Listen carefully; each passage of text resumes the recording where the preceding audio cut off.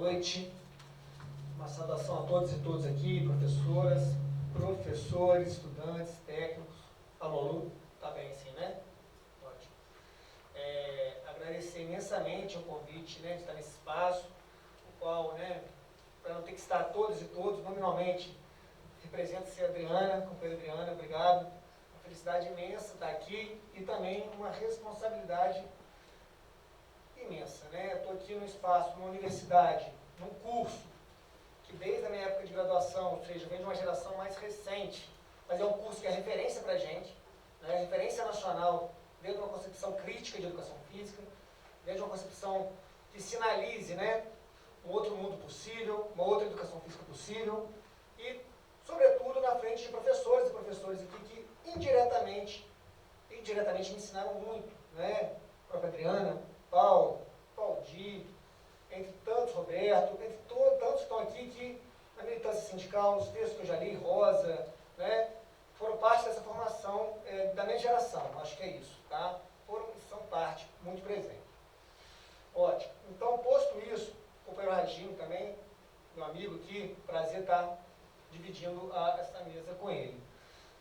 Ju, por gentileza, pode passar duas. Maravilha. Então, primeiro slide aqui eu acho que é só para bater um pé, e eu retorno daqui a pouco nele, mas muito do que o Raginho já trouxe, né? De antemão, a gente continua afirmando que a educação física é um campo de intervenção profissional e que possui a prática pedagógica no trato com os conteúdos da cultura corporal enquanto eixo, né? Seja no campo escolar, seja nos campos não escolares. A década de 80, cada vez mais. A década de 80, cada vez mais, vem empurrando, né, os professores para os campos não escolares, mas ainda assim, mesmo que isso aconteça, não é possível afirmarmos que a nossa condição é outra que não uma intervenção profissional, né, que tem a prática pedagógica como eixo norteador. Somos professores, seja dentro ou fora da escola. E eu vou retomar lá na frente, porque o meu recorte aqui, a professora Tininha, né, ela foi a segunda ou terceira a falar e disse, poxa, o que sobrou para me falar? Imagina eu, que estou falando depois de uma seleção, depois do Raginho, ou seja, então, vou tentar fazer um recorte que eu acho que eu posso trazer como alguma contribuição do nosso último período histórico, de 2015 para cá, no que diz respeito à formação profissional de educação física, e como isso reflete, né, nessa discussão o que é educação física, né, essas tensões em tempos de crise.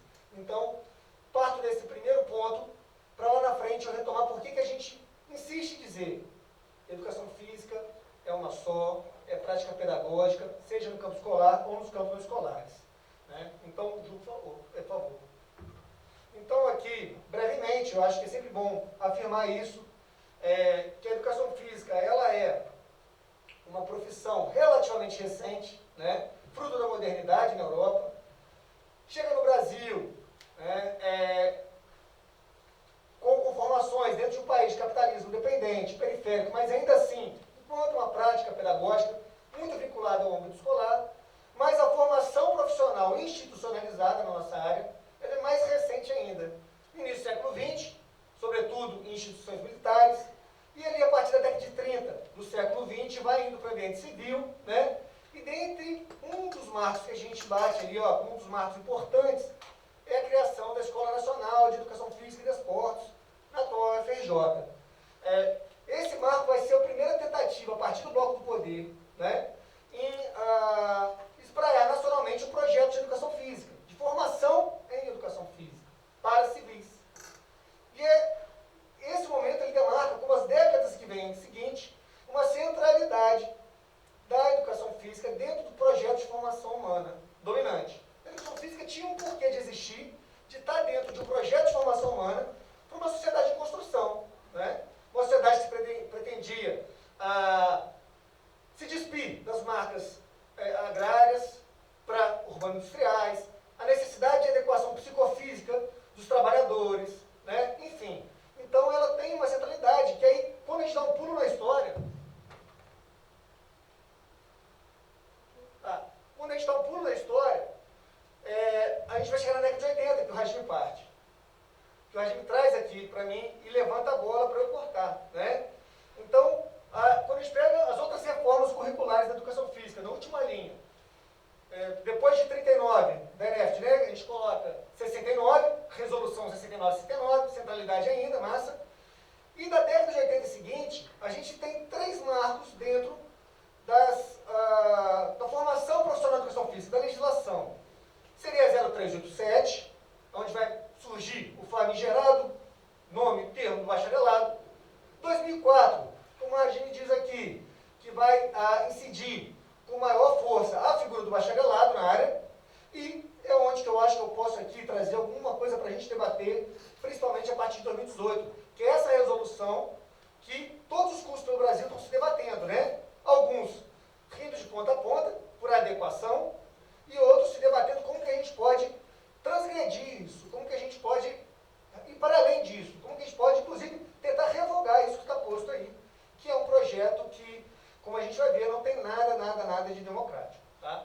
Então, é isso, a década de 80 traz algumas conformações para a área, a gente já traz muito bem, seja tanto para o papel da educação física, que deixa de ser central no projeto de formação humana, mas como também para todos os trabalhadores, inclusive aqueles diversos trabalhadores das diversas tradições, da cultura corporal, que não são professores de educação física.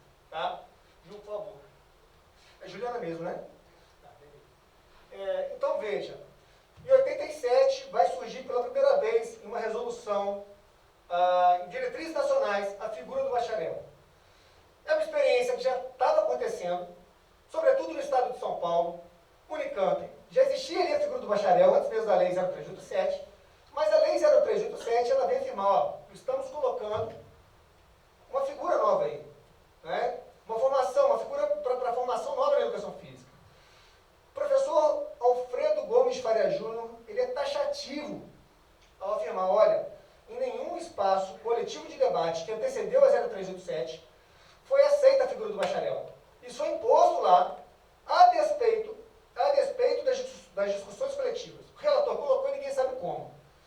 Faria Júnior fala isso categoricamente, e outras pessoas que estiveram lá naquele momento falam, é isso mesmo que aconteceu, né? Professor Paulo Ventura, professor Celina Tavarel, e vai ter vários documentos que vão dar suporte para essa afirmação. Então, é quase como se a figura do bacharel em educação física fosse o golpe interno, né? Democraticamente sinaliza, não queremos isso, e de repente aparece.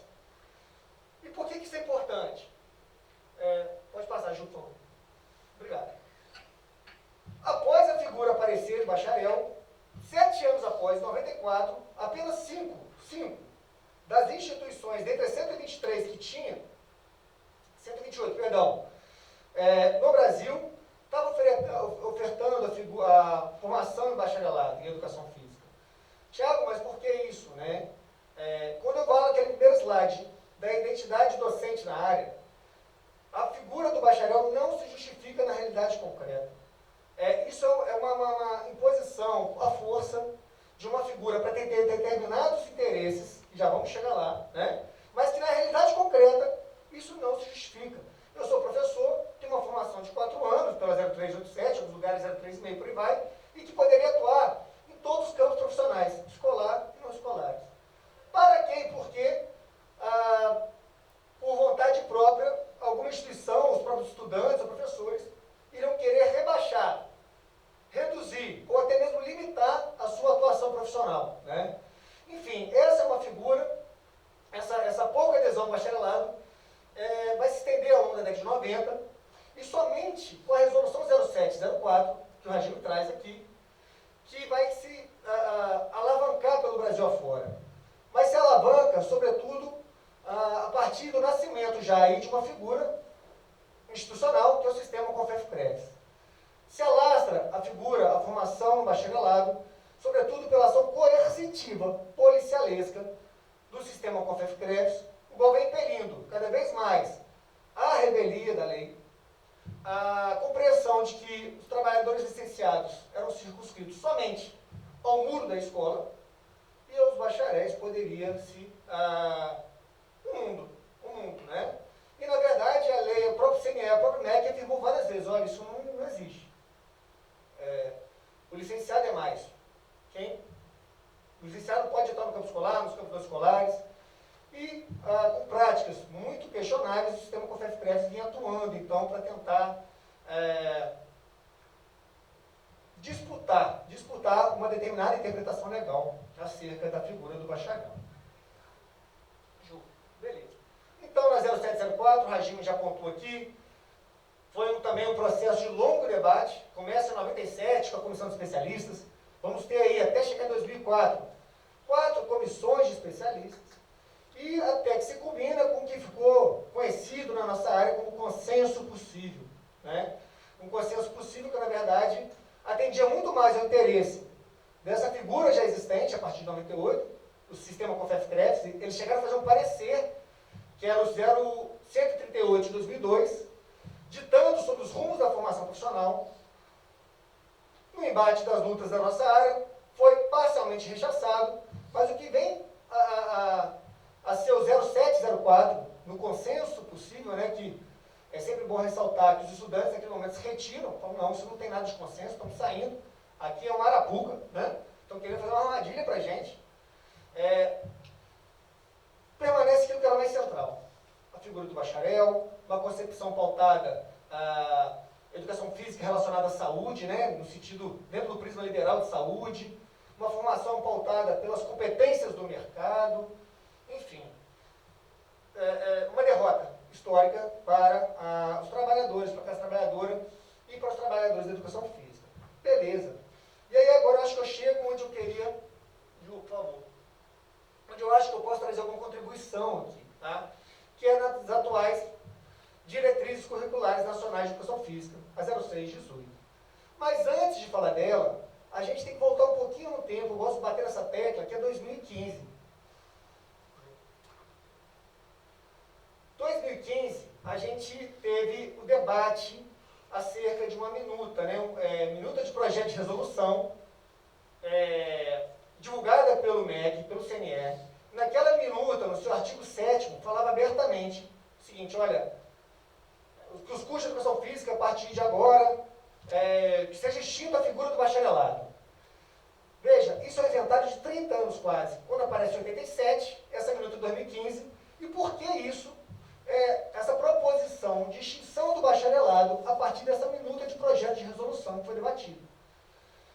O professor Paulo Baroni, que era o relator da minuta, que era a figura presente no MEC, acompanhava as discussões da educação física já desde o início dos anos 2000, e todo aquele grupo do entorno dele, que vão propor a minuta, vão falar o seguinte, olha, esse tal de bacharelado da educação física foi um fiasco. Olha a realidade concreta, né? Você pega os cursos, fala do professor Paulo Baroni, os melhores classificados do ENAD de educação física, de licenciatura, os melhores classificados de bacharelado, compara as matrizes curriculares.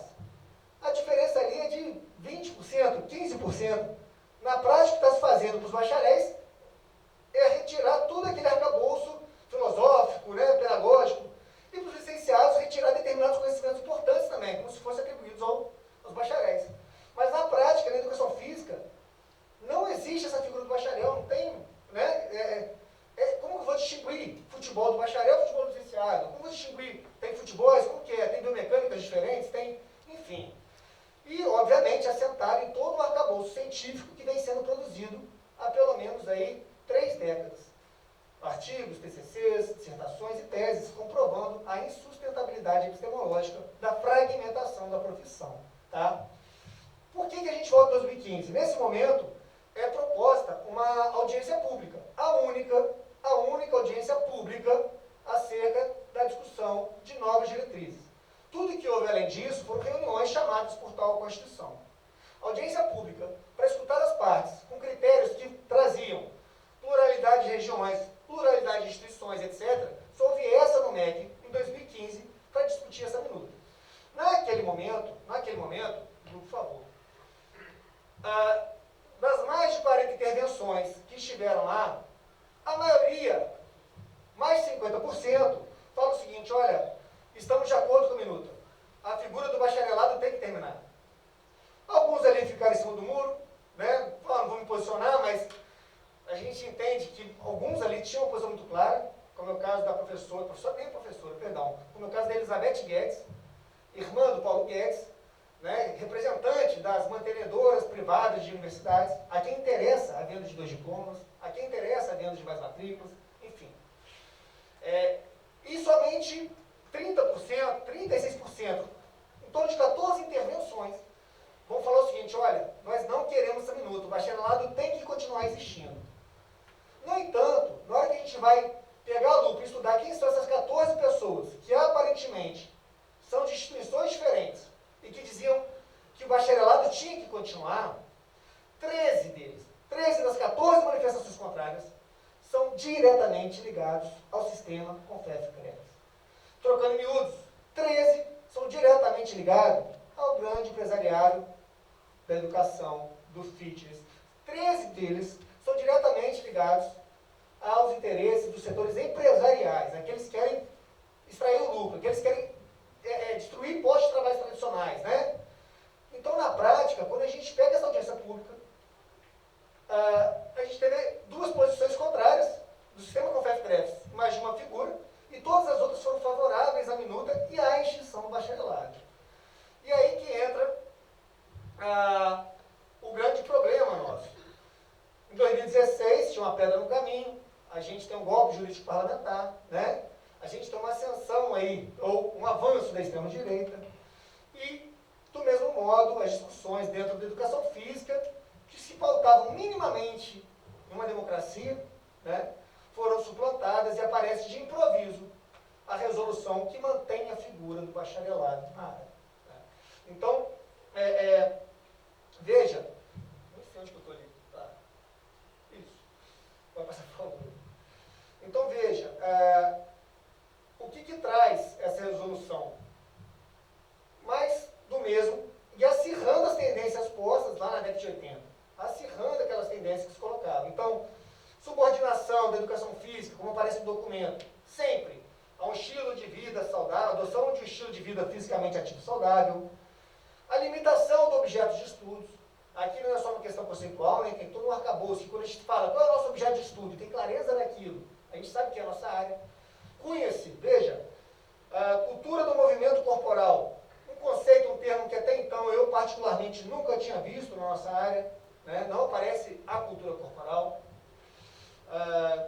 A manutenção do famigerado bacharelado para atender os interesses dos empresários da educação, na venda de mais diplomas, venda de mais matrículas, a manutenção dos interesses dos empresários do fitness, no qual se molda uma subjetividade desde então para o empreendedorismo, né, para a resiliência, né, para toda aquela sorte de competências socioemocionais, e também um afinamento aí dessa lógica às pedagogias do aprender, uma supervalorização do fazer na prática, no fazer pegando, né, dentro da escola, no chão da academia, enfim, destituindo ou diminuindo o papel de um trabalho teórico sistemático, né, de tempo, de estudo, leitura, reflexão, fazendo uma guinada totalmente para um pragmatismo que é muito funcional à lógica de competências postas na atualidade pelas classes dominantes. Enfim, então, é importante colocar isso, que a gente teve um inventário de 30 anos. E nos 30 anos, o próprio MEC chega a reconhecer que a figura do bacharelado não faz sentido na área. As produções acadêmicas, científicas, são assertivas em mostrar a figura do bacharelado não faz sentido na área. Né? É uma insustentabilidade epistemológica. E ela só é mantida em razão de um golpe interno também, porque a partir do momento que muda esse governo, muda essa estrutura do CNE, e a aproximação de figuras da nossa área, né, com os empresários de educação para manter o bacharelado. A gente tem aí, se for pegar o que eu passei rapidamente, eu já falo um pouco rápido, né? Preocupado com o tempo, acelera aqui. A gente tem então, 39, não foi necessariamente uma reforma curricular, mas foi a criação da Escola Nacional e que se propôs como um modelo para os demais. Aquilo estava no contexto de golpe, Estado Novo. 69, que é a próxima reforma curricular. Ditadura empresarial militar. As leis refletem, né? O Gramsci vai trazer isso, a questão da estrutura e subestrutura, bloco histórico. 87, processo de democratização, mas a gente teve um golpe interno. O relator colocou ali o bacharelado à revelia das discussões coletivas. 0704, o consenso possível, que não teve nada de consenso. Também internamente a gente pode considerar que foi uma pernada das forças minimamente progressistas e democráticas dentro da educação física. E agora, 2018, uma lei, finalzinho de 2018, né, às vésperas, Bolsonaro assumir, uma lei também, fruto ou dentro de um contexto que é na nossa leitura, ou na minha leitura, de um golpe jurídico parlamentar, refletindo, então, interesses mais caros àquelas elites dominantes que estão postas ali, na tentativa de reativar as taxas de lucro, enfim, né, e da formação de determinada subjetividade dos trabalhadores que fossem condizentes, minimamente, a seus interesses, tá? Ótimo, beleza. Então, esse é todo o cenário que a gente traz aqui acerca da atualidade posta e da necessidade de rechaçar e de lutar contra essa concepção, né? E aí, Ragim traz também como que aparece aqui na educação física duas questões ali que são mais latentes da luta de classe dentro da nossa área. A questão afeta a regulamentação e a questão também afeta a formação profissional, né? E a luta de classe continua viva, né? A disputa por concepções continua viva. A história não está afindada, né? Ainda tem gente aqui, ainda tem braço aqui. E nesse sentido, a gente continua tendo projetos, e aí eu acho que é importante saudar, importante reafirmar a minha alegria de estar nessa instituição, que é um dos baluartes nacionais, desde a sua concepção, de uma outra concepção de educação física, de formação de educação física. Porque é isso. Antes de perguntar o que é educação física escolar, a gente tem que perguntar o que é educação física. E aqui a UF vem respondendo isso muito bem, com contradições. A realidade é contraditória, óbvio, né? Mas respondendo muito bem um projeto que sinaliza para o outro lado. Então, a lógica posta nas diretrizes, se a gente for assumi-la, ipsiliteris, é assumir a lógica de uma formação dos nossos alunos e nossas alunas a um quadro de precarização, né? É um quadro que cada vez mais esfola postos de trabalho, é um quadro que cada vez mais suga as trabalhadoras e trabalhadores 60, 65, 70 horas semanais, né? Sem nenhum direito trabalhista. A unilateralidade, né? Ou seja, eu estou formando para determinado mercado e que tem a ver diretamente com o interesse do mercado. Ottaviani tem uma frase que eu gosto de resgatar sempre. Falou, universidade não rima com mercado. Universidade rima com universalidade. Então a universidade ela tem que trazer um amplo acervo cultural, artístico, filosófico, científico, que trate a nossa necessidade da cultura corporal, mas que possa encharcar os nossos alunos de uma cultura, de modo que a universidade possa ser um agente transformador dessa realidade. E não que a universidade responda aos interesses de determinado mercado, de determinado tempo. O diálogo, né, com a realidade social ele se dá. Né, o diálogo com o que acontece para além dos muros da universidade ele se dá. A partir do momento que o mercado, como é a figura do bacharel, que vai ditar o que vai ter aqui ou não vai ter, como vai se dar ou não vai se dar, a gente está indo numa lógica totalmente contrária daquela em que é concebido o curso, por exemplo, aqui da UF, UFBA, a gente pode citar alguns UNEMAT, que no percurso da história têm sido bastiões, e dão luz, né? Dão luz para toda a educação física brasileira, de possibilidades futuras. Né? E aí a gente traz, não, a gente quer uma formação que tenha mais direitos sociais, uma formação teórica sólida. Né? Muita da crítica que aparece dessas pedagogias do aprender, ou da epistemologia da prática, ela vem a partir de uma crítica, né? Olha, mas o pessoal estuda muito, pensa muito, e tem uma ruptura aí com fazer na prática. E aí, nesse momento, quando faz essa crítica, o que eles fazem é romper totalmente com a teoria e guinar somente para a prática. Fazer para isso, existem cursos técnicos, né? Que nem os cursos técnicos deveriam ser assim, mas enfim, existem. No próprio catálogo do MEC. E aí a gente fala, não, o diálogo, né, o trabalho como princípio educativo, mas ele é necessário uma formação sólida, teórica, entender os fundamentos da educação física, enfim, por aí vai. Tá? E é nessa lógica que novamente eu trago aqui, né, uma campanha do movimento estudantil, da Executiva Nacional de Estudantes de Educação Física, de 2010, mas que é fruto de uma elaboração coletiva, que muitos dos professores e professoras que estão aqui são parte dessa formulação coletiva, né? Que a minha geração vem herdar isso aí e vem tentar contribuir de alguma forma. Mas essa campanha aqui da Executiva, ela foi muito sintomática, e ela é mais uma dos pontos que a garotada acertou e continua acertando, e não arreda o pé. Educação física é uma só, formação ampliada, É isso que vai dar condições do meu aluno, da minha aluna, atuar, seja onde for, né, com subsídios sólidos, né, de forma crítica, enfim. Por favor. Beleza. Então, voltamos lá no nosso primeiro slide, que eu falei que voltar em algum momento, né, com outras palavras, mas é isso. A docência como elemento identificador e a cultura corporal como objeto na atuação em diferentes campos de trabalho. Somos professores. Né? Isso é uma lógica que supera a formação para ocupações definidas pelo mercado de trabalho e, enfim, e que façam com que nossas alunas e alunos possam intervir, né, dentro das contradições do mundo do trabalho. Quem fala isso? O Tiago? Não. Uma série de entidades. Né?